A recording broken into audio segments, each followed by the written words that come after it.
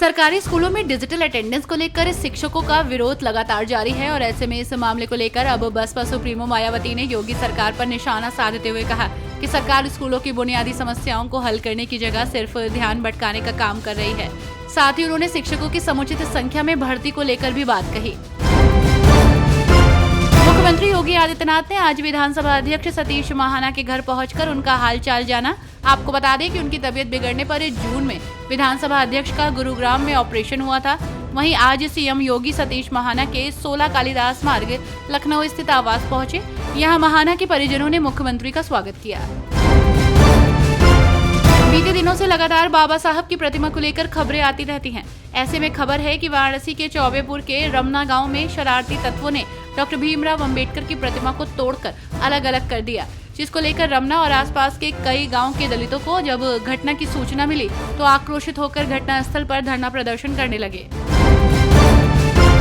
लोकसभा चुनाव में भाजपा के खराब प्रदर्शन को लेकर मंथन जारी है। ऐसे में भारतीय जनता पार्टी ने बड़े बदलाव की तैयारी कर ली है। प्रदेश अध्यक्ष और मुख्यमंत्री की बैठक में ये रणनीति बनी है कि संगठन में 6 साल बाद सदस्यता अभियान अगले माह से शुरू होगा। बाहरी दलों से आने वाले नेताओं के स्थान पर संगठन से जुड़े कार्यकर्ताओं को जिम्मेदारी दी जाएगी।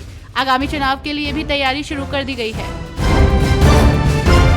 हाथरस कांड के बाद चर्चा में रहे मैनपुरी के बिचवा में साकार विश्व हरि के आश्रम के बाहर बोर्ड पर लिखे दानदाताओं की धनराशि को हटा दिया गया है।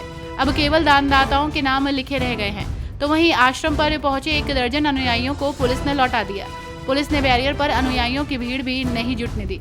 बाहर से आए लोगों को वाहनों से नीचे नहीं उतरने दिया। डिजिटल अटेंडेंस का मामला तूल पकड़ता जा रहा है। एक तरफ जहां शिक्षक सड़कों पर हैं तो वहीं राजनीतिक गलियारों में भी इसकी चर्चा है। अब इसी मामले को लेकर सपा अध्यक्ष अखिलेश यादव ने प्रदेश की योगी आदित्यनाथ सरकार पर निशाना साधा। उन्होंने कहा कि बीजेपी राज में बच्चों का भविष्य अंधकार में है।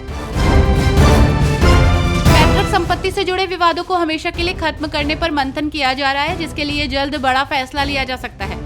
मुख्यमंत्री योगी आदित्यनाथ के निर्देश पर लोगों की सहूलियत और कचहरी की भागदौड़ से बचाने के लिए स्टाम्प और रजिस्ट्रेशन विभाग प्रस्ताव बना रहा है। प्रस्ताव पास होने पर कम से कम यूपी में ही 1 लाख से ज्यादा संपत्ति के विवाद एक झटके में खत्म हो जाएंगे।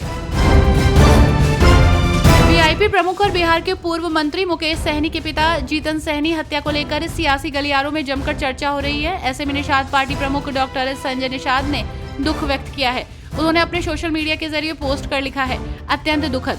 आज सुबह मेरे छोटे भाई समान माननीय वीआईपी पार्टी के प्रमुख और पूर्व कैबिनेट मंत्री बिहार सरकार श्री मुकेश साहनी जी के पिताजी की हत्या की सूचना प्राप्त हुई।